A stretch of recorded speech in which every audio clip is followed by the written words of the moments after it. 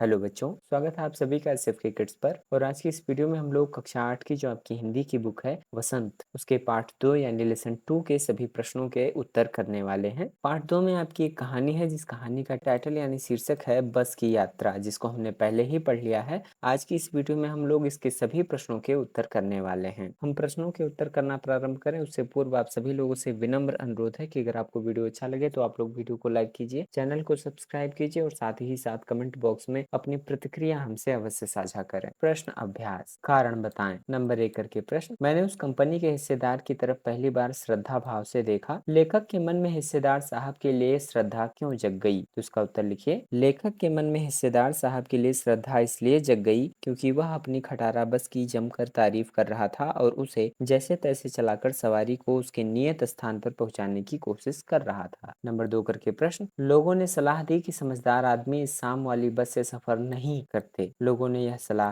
क्यों दी? इसका उत्तर लिखिए। लोगों ने लेखक को यह सलाह इसलिए दी क्योंकि वे जानते थे कि बस की हालत बहुत खराब है। बस का कोई भरोसा नहीं है कि यह कब और कहाँ रुक जाए। शाम बीतते ही रात हो जाती है और रात रास्ते में कहाँ बितानी पड़ जाए कुछ पता नहीं रहता। उनके अनुसार यह बस डाकिन की तरह है। नंबर 3 करके प्रश्न, ऐसा जैसे सारी बस ही इंजन है और हम इंजन के भीतर बैठे हैं। लेखक को ऐसा क्यों लगा? जब बस चालक ने इंजन स्टार्ट किया तब सारी बस झंझनाने लगी। लेखक को ऐसा प्रतीत हुआ कि पूरी बस ही इंजन है, मानो वह बस के भीतर न बैठकर इंजन के भीतर बैठा हो, अर्थात इंजन के स्टार्ट होने पर इंजन के पुर्जों की भांति बस के यात्री हिल रहे थे। नंबर 4 करके प्रश्न, गजब हो गया, ऐसी बस अपने आप चलती है। लेखक को यह सुनकर हैरानी क्यों हुई? तो इसका उत्तर लिखिए। बस की वर्तमान स्थिति देखते हुए इस प्रकार का आश्चर्य व्यक्त करना स्वाभाविक था। देखने से नहीं लग रहा था कि बस चलती भी होगी, परंतु जब लेखक ने बस के हिस्सेदार से पूछा तो उसने कहा चलेगी ही नहीं, अपने आप चलेगी। नंबर 5 करके प्रश्न, मैं हर पेड़ को अपना दुश्मन समझ रहा था। लेखक पेड़ों को दुश्मन क्यों समझ रहा था? तो इसका उत्तर लिखिए। बस की जर्जर अवस्था से लेखक को ऐसा महसूस हो रहा था कि बस की स्टीयरिंग कहीं भी टूट सकती है तथा ब्रेक फेल हो सकता है। ऐसे में लेखक को डर लग रहा था कि कहीं उसकी बस किसी पेड़ से टकरा न जाए। एक पेड़ निकल जाने पर वह दूसरे पेड़ का इंतजार करता था कि बस कहीं इस पेड़ से न टकरा जाए। यही वजह है कि लेखक को हर पेड़ अपना दुश्मन लग रहा था। पाठ से आगे नंबर 1 करके प्रश्न, सविनय अवज्ञा आंदोलन किसके नेतृत्व में, किस उद्देश्य से तथा कब हुआ था? इतिहास की उपलब्ध पुस्तकों के आधार पर लिखिए। तो इसका उत्तर लिखिए। सविनय अवज्ञा आंदोलन महात्मा गांधी के नेतृत्व में 1930 में अंग्रेजी सरकार से असहयोग करने तथा पूर्ण स्वाधीनता प्राप्त करने के लिए किया गया था। नंबर 2 करके प्रश्न, सविनय अवज्ञा का उपयोग व्यंग्यकार ने किस रूप में किया है? लिखिए। सविनय अवज्ञा आंदोलन 1930 में सरकारी आदेशों का पालन न करने के लिए किया गया था। इसमें अंग्रेजी सरकार के साथ सहयोग न करने की भावना थी। लेखक ने सविनय अवज्ञा का उपयोग बस के संदर्भ में किया है। वह इस प्रतीकात्मक भाषा के माध्यम से यह बताना चाह रहा है कि बस विनय पूर्वक अपने मालिक व यात्रियों से उसे स्वतंत्र करने का अनुरोध कर रही है। नंबर 3 करके प्रश्न, आप अपनी किसी यात्रा के खट्टे मीठे अनुभवों को याद करते हुए एक लेख लिखिए। यानी आपने कोई यात्रा की हो, उस यात्रा के अनुभव आपके पास हो तो आप उसे जो है एक लेख के रूप में लिख सकते हैं। मन बहलाना, अनुमान कीजिए यदि बस जीवित प्राणी होती, बोल सकती, तो वह अपनी बुरी हालत और भारी बोझ के कष्ट को किन शब्दों में व्यक्त करती? लिखिए। यह कल्पना कीजिए, यह अनुमान कीजिए कि यदि बस जीवित आदमी हो, वह बोल सकने में समर्थ होती, तो वह अपनी बुरी हालत और अपनी भारी बोझ के कष्ट को किन शब्दों में व्यक्त करती? आपके मन में जो भी विचार आते हैं उसके प्रति उसे आप लिख सकते हैं। भाषा की बात, नंबर 1 करके प्रश्न, बस, वश, बश 3 शब्द हैं। इनमें बस सवारी के अर्थ में, वश अधीनता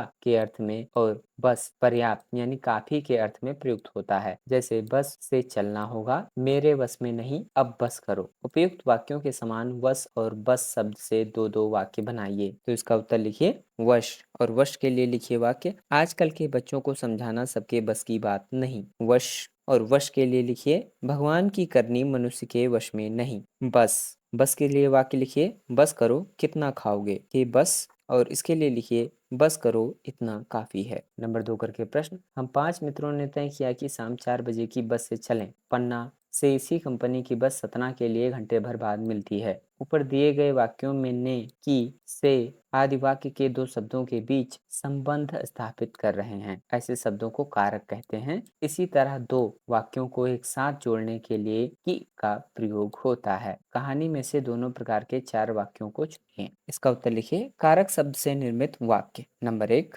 यह समझ में नहीं आता कि सीट पर हम बैठे हैं या सीट हम पर बैठी है। दूसरा नंबर डाल करके लिखिए, नई नवेली बसों से ज्यादा विश्वसनीय है। तीसरा नंबर डाल करके लिखिए, यह बस पूजा के योग्य थी। चौथा नंबर डाल के लिखिए, बस कंपनी के एक हिस्सेदार भी उसी बस में जा रहे थे। नंबर 3 करके प्रश्न, हम फौरन खिड़की से दूर सरक गए। चांदनी में रास्ता टटोल कर वह रेंग रही थी। दिए गए वाक्यों में आई सरकना और रेंगना जैसी क्रियाएं दो प्रकार की गतियां दर्शाती हैं। ऐसी कुछ और क्रियाएं एकत्र कीजिए जो गति के लिए प्रयुक्त होती हैं, जैसे घूमना इत्यादि। उन्हें वाक्यों में प्रयोग कीजिए। इसके लिए उत्तर लिखिए। टहलना, दादाजी को टहलना अच्छा लगता है। चलना, चलना सेहत के लिए बहुत लाभदायक है। नंबर 4 करके प्रश्न, कांच बहुत कम बचे थे, जो बचे थे उनसे हमें बचना था। इस वाक्य में बच शब्द को दो तरह से प्रयोग किया गया है, एक शेष के अर्थ में और दूसरा सुरक्षा के अर्थ में। इसे दिए गए शब्दों को वाक्यों में प्रयोग करके देखिए। ध्यान रहे, एक ही शब्द वाक्य में 2 बार आना चाहिए और शब्दों के अर्थ में कुछ बदलाव होना चाहिए। क जल, ख हार। क जल, मीना गर्म जल से बुरी तरह जल गई। ख हार, ख हार। यह प्रतियोगिता के इस पड़ाव में जिसकी जीत होगी उसे मोतियों का हार मिलेगा और जिसकी हार होगी वह प्रतियोगिता के बाहर हो जाएगा। नंबर 5 करके प्रश्न, बोलचाल में प्रचलित अंग्रेजी शब्द फर्स्ट क्लास में 2 शब्द हैं, फर्स्ट और क्लास। यहाँ क्लास का विशेषण है फर्स्ट, क्योंकि फर्स्ट संख्या है। क्लास संख्यावाचक विशेषण का उदाहरण है। महान आदमी में किसी आदमी की विशेषता है महान, यह गुणवाचक विशेषण है। संख्यावाचक विशेषण और गुणवाचक विशेषण के दो दो उदाहरण खोजकर लिखिए। संख्यावाचक विशेषण 4, 8, 10। गुणवाचक विशेषण चांदनी रात, समझदार आदमी। यहाँ पाठ के अंत में कुछ शब्दार्थ दिए गए हैं, यानी पाठ में आए हुए जो भी कठिन शब्द हैं, जटिल शब्द हैं, उनके अर्थ यहाँ पर दिए गए हैं। जैसे निमित्त, कारण साधन, गोता, डुबकी लगाना, इत्तेफाक यानी संयोग, बियाबान, जंगल या उजाड़ खंड,